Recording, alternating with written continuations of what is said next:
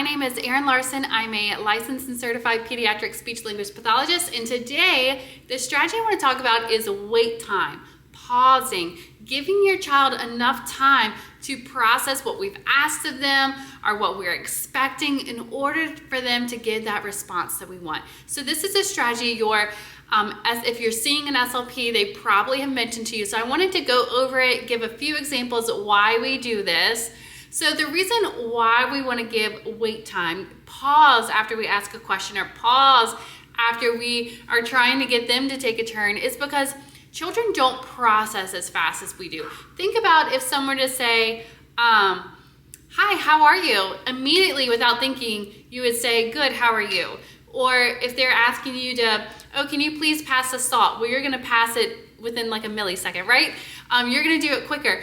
Children, especially when the children that have that language delay or have a language disorder, whatever that might be, they don't process as fast. So instead of us rushing them and expecting that answer right off the bat, we want to pause and wait and give them that appropriate time to give us that response we're looking for. Now, this is gonna feel not normal and uncomfortable because it's not like you wait a second. No, we need to wait like 5 seconds, up to 20 seconds, honestly, to give them enough time to process. So you almost have to like count on your head.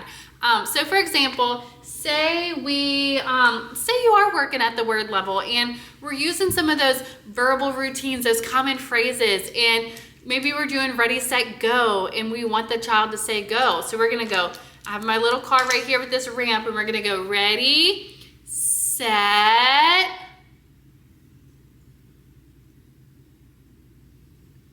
go. So maybe we gave them a lot of that wait time and they did say go, or maybe we need to give them more time.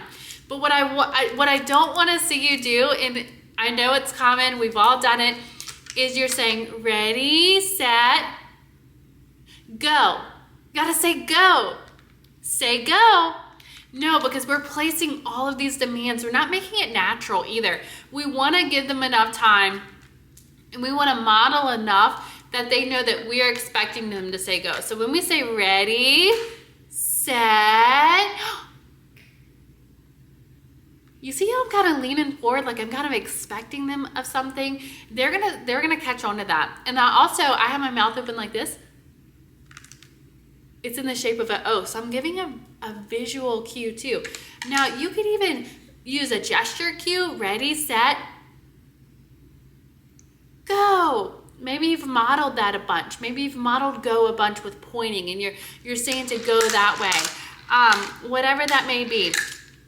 And one thing we want to make sure we do too is when they finally give it, say they're just working on that gesture, or if they're starting to use that word or maybe approximation and they only say, oh, we want to like do our turn real fast. So if they say, if we get ready, set, and immediately whenever they point, say it even took 5 seconds and they point, go! We want to take our turn super, super fast because we want to make that connection of, hey, they gave us something, they gave us what we wanted, now we're gonna do it quickly. So that's just one example you can do during play.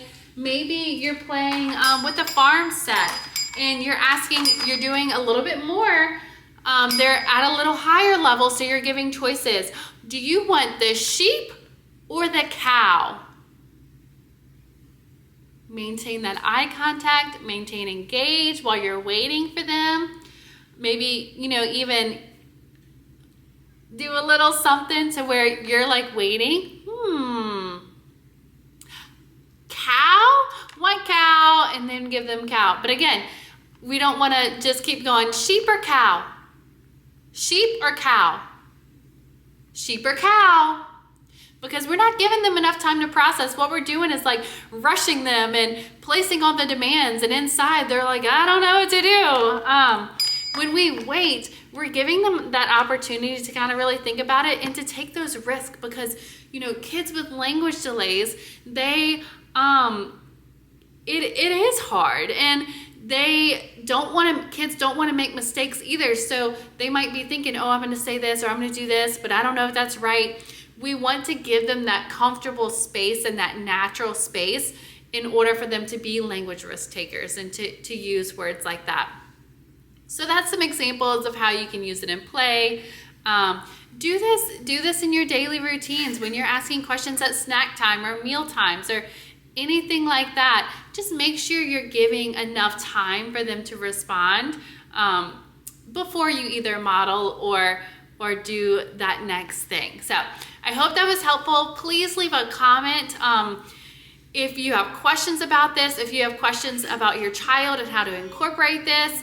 If you have, if you try it, let me know how it goes, and please subscribe, like, all of that to the SLP Mom, and we'll do more of these videos like that so you can use these effective language strategies in your house.